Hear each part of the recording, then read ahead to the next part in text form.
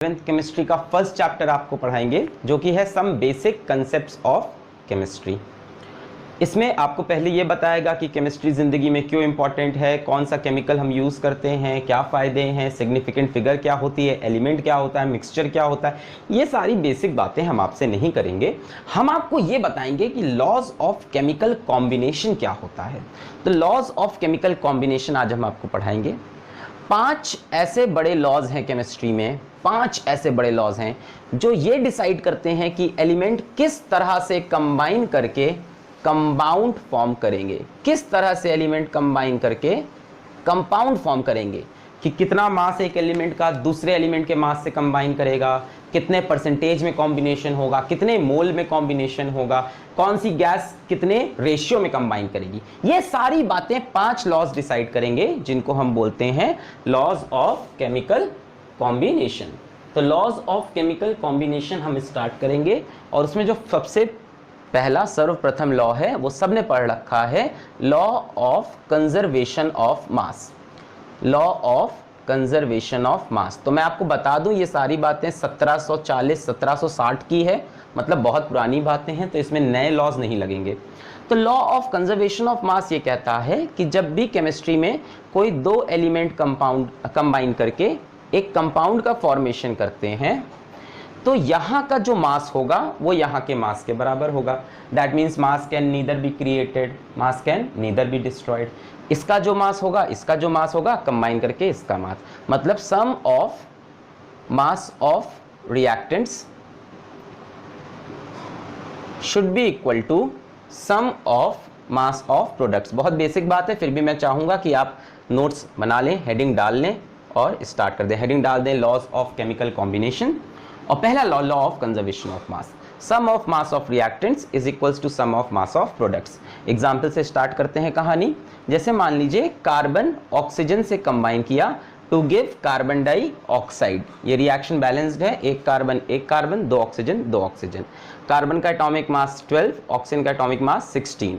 तो यहाँ पे देखो कितना कार्बन है 12, ऑक्सीजन कितना है 16 इंटू 2 32, और कार्बन डाइऑक्साइड कितना बन जाएगा 12 प्लस 16 इंटू 2 कितना हो गया 16 2 ज़ा 32 और 12 44। तो यहाँ का सम करो कितना आ रहा 44 और यहाँ का भी कितना आ रहा 44। Sum of mass of reactant is equals to sum of mass of products. तो कोई बड़ी बात नहीं है, बहुत ही सिंपल सी बात थी, सबको पता थी कि भाई जब केमिकल रिएक्शन होगा तो जितना मास ऑफ रिएक्टेंट होगा उतना मास ऑफ प्रोडक्ट। आज के टाइम पे ये लॉ वैलिड नहीं है क्योंकि आपको पता है कुछ ऐसे रिएक्शन होते हैं जिसमें E is equals to delta MC² वाला फॉर्मूला लगता है और कुछ मास एनर्जी के फॉर्म में निकल जाता है। बट ये बहुत पुराने लॉज हैं, तब ऐसे लॉज डिस्कवर या ऐसी बातें नहीं होती थी। तो यार इस लॉ पे सवाल क्या बन सकता है? इस लॉ पे सवाल ये बन सकता है कि हम आपके पास एक सवाल लेके आए हैं, देखते हैं आप कर पाते हैं कि नहीं। पहला सवाल अच्छा है और सवाल ये है कि 1.5 gram of ethane, question 1.5 gram of ethane on complete combustion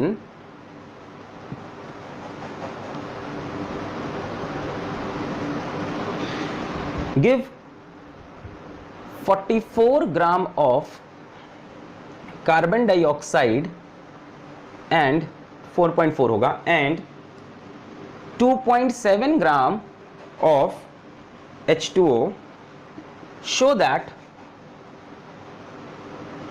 the reaction obeys law of conservation of mass। तो आपको प्रूफ करना है कि ये जो रिएक्शन है ये कंजर्वेशन ऑफ मास को ओबे कर रहा है। तो पहले हमें रिएक्शन लिखना पड़ेगा। तो इथेन का कंप्लीट कंबशन, तो हमने लिखा इथेन C2H6, कंबशन कंप्लीट मतलब ऑक्सीजन, और कंप्लीट कंबशन पे ऑर्गेनिक कंपाउंड क्या देते हैं, कार्बन डाइऑक्साइड, वाटर और साथ में देते हैं हीट। ठीक है, यही तो होता है कंप्लीट कंबशन में, ऑक्सीजन से साथ बर्न करते हैं कार्बन डाइऑक्साइड और वाटर। पहले इसको हम बैलेंस कर लें, तो इस रिएक्शन को हम बैलेंस करेंगे तो यहाँ हो जाएगा 2, यहाँ 6 7 2 4 6, चेक कर लीजिए बैलेंस है क्या। 2 2 ज़ा 4 कार्बन 4 कार्बन 2 6 जा 12 हाइड्रोजन, 12 हाइड्रोजन, 7 2 जा 14 ऑक्सीजन, 4 2 जा 8 और 6 14। अगर किसी को बैलेंसिंग में प्रॉब्लम है तो मेरे बैलेंसिंग के 2 बहुत अच्छे वीडियोस यूट्यूब पे हैं, उनका लिंक डिस्क्रिप्शन में मैं दे रहा हूँ, आप जरूर देखिएगा। How to balance a chemical reaction, physics वाला करके गूगल पे सर्च करिएगा, आपको मिल जाएगा। अच्छा, ये बैलेंस हो गई। अच्छा भाई, अब हमसे कह रहा है 1.5 ग्राम ऑफ इथेन, तो इथेन मेरे पास कितना है 1.5 ग्राम। एक काम करते हैं, हम इथेन के नंबर ऑफ मोल्स निकालते हैं। नंबर ऑफ मोल्स निकालने का तरीका क्या होता है, जो मास गिवन है उसको डिवाइड कर दो मोलर मास। अगर आपको मोल कंसेप्ट में प्रॉब्लम है तो मोल कंसेप्ट फिजिक्स वाला करके सर्च करिएगा, आपको ये भी मिल जाएगा। तो जो मास गिवन है उसको मोलर मास से डिवाइड कर दो। तो कितना मास गिवन है इथेन का 1.5, और मोलर मास कितना होगा ये निकाल लें। कार्बन का होता है 12, यहाँ साइड में लिख दे रहा हूँ, कार्बन 12, हाइड्रोजन 1, ऑक्सीजन 16। तो कार्बन का 12 2 जा 24 प्लस हाइड्रोजन का 1 × 6, तो ये हो गया 1.5/30।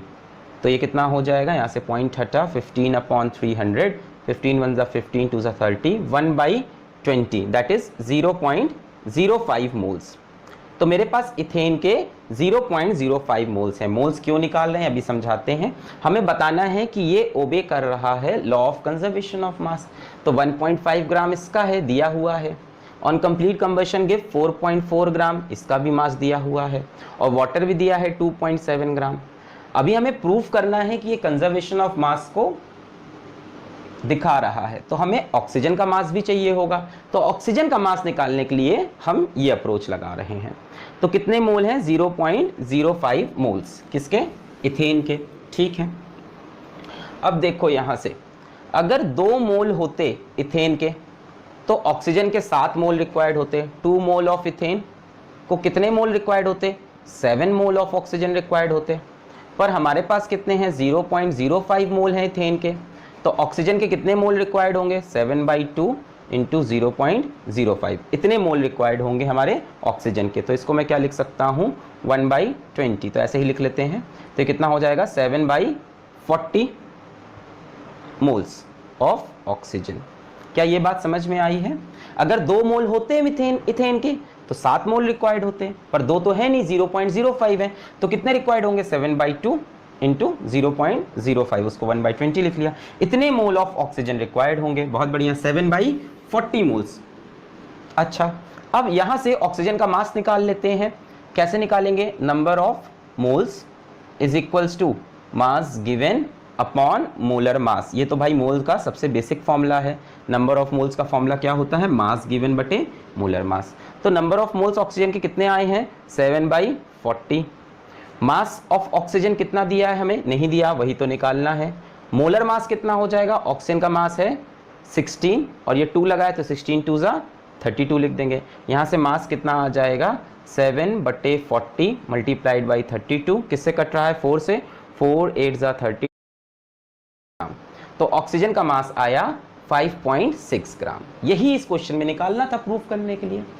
भाई इसका मास दे रखा था, इसका मास दे रखा था, इसका मास दे रखा था, अब इसका मास आ गया। कैसे निकाला, हमने कहा इसके मोल्स निकाल लो, mass given upon molar mass. इसके मोल है 0.05, हमने कहा 2 मोल को 7 मोल चाहिए, तो 0.05 को कितने चाहिए 7/40 मोल चाहिए।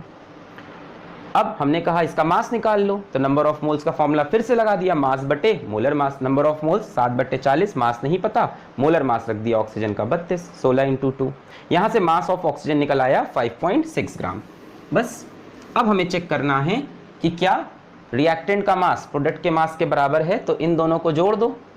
तो 5 6 11 बन गया हासिल 61, तो 7.1 ग्राम। इधर आ जाओ, 4 7 11 बन गया हासिल 37, 7.1 ग्राम।